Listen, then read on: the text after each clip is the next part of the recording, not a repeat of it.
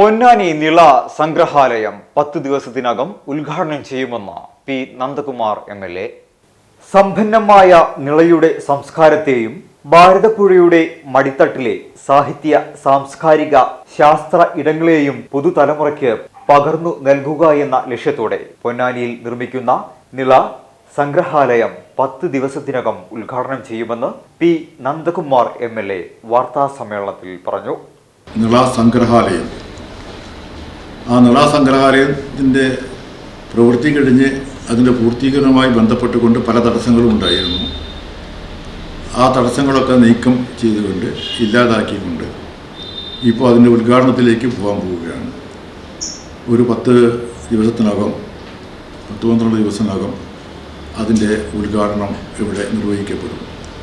അതിൻ്റെ ഗവൺമെൻറ് അതിന് ആവശ്യമായ എല്ലാ നടപടികളും ടൂറിസം വകുപ്പ് എടുത്തു കഴിഞ്ഞിട്ടുണ്ട്. അതിൻ്റെ ഡിസ്ട്രിക്ട് DTPC ആണ് അതിപ്പോൾ ഏറ്റെടുത്ത് നടത്താൻ വേണ്ടി തീരുമാനമെടുത്തിട്ടുള്ളത്. 2026 നിർമ്മാണം ആരംഭിച്ച നിള സംഗ്രഹാലയം 2.5 വർഷം കൊണ്ട് നിർമ്മാണം പൂർത്തിയാക്കി തുറന്ന് കൊടുക്കുമെന്നായിരുന്നു വാഗ്ദാനം. 10 വർഷത്തിനു ശേഷമാണ് പദ്ധതി നാടിന് സമർപ്പിക്കാനൊരുങ്ങുന്നത്. നിരവധി സാങ്കേതിക തടസ്സങ്ങളും ഉദ്യോഗസ്ഥ വീഴ്ചയും മൂലമാണ് പദ്ധതി അനന്തമായി നീണ്ടുപോയത്.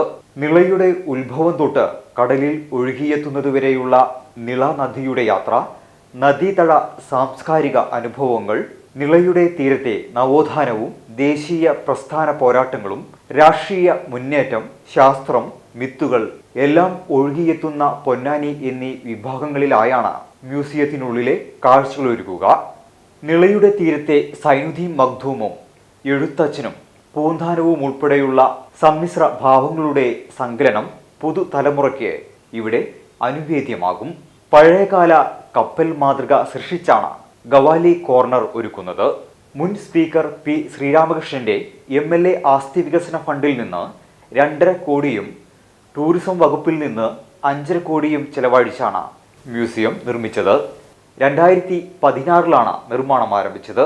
2 ഏക്കറിൽ 17,000 ചതുരശ്ര അടിയിൽ ഒരുങ്ങിയ മ്യൂസിയം ഭിന്നശേഷി സൗഹൃദവും കാഴ്ച പരിമിതികൾക്കും ആസ്വദിക്കാൻ പറ്റുന്ന തരത്തിലുമാണ് നിർമ്മാണം. രാജ്യത്തെ ആദ്യ ബ്ലൈൻഡ് ഫ്രീ മ്യൂസിയം കൂടിയാണിത്. അവസാനഘട്ട ലാൻഡ് സ്കേപ്പിംഗ് അടക്കമുള്ള പ്രവൃത്തികൾക്ക് 4 കോടി അനുവദിച്ച് ഭരണാനുമതിയായിരുന്നു.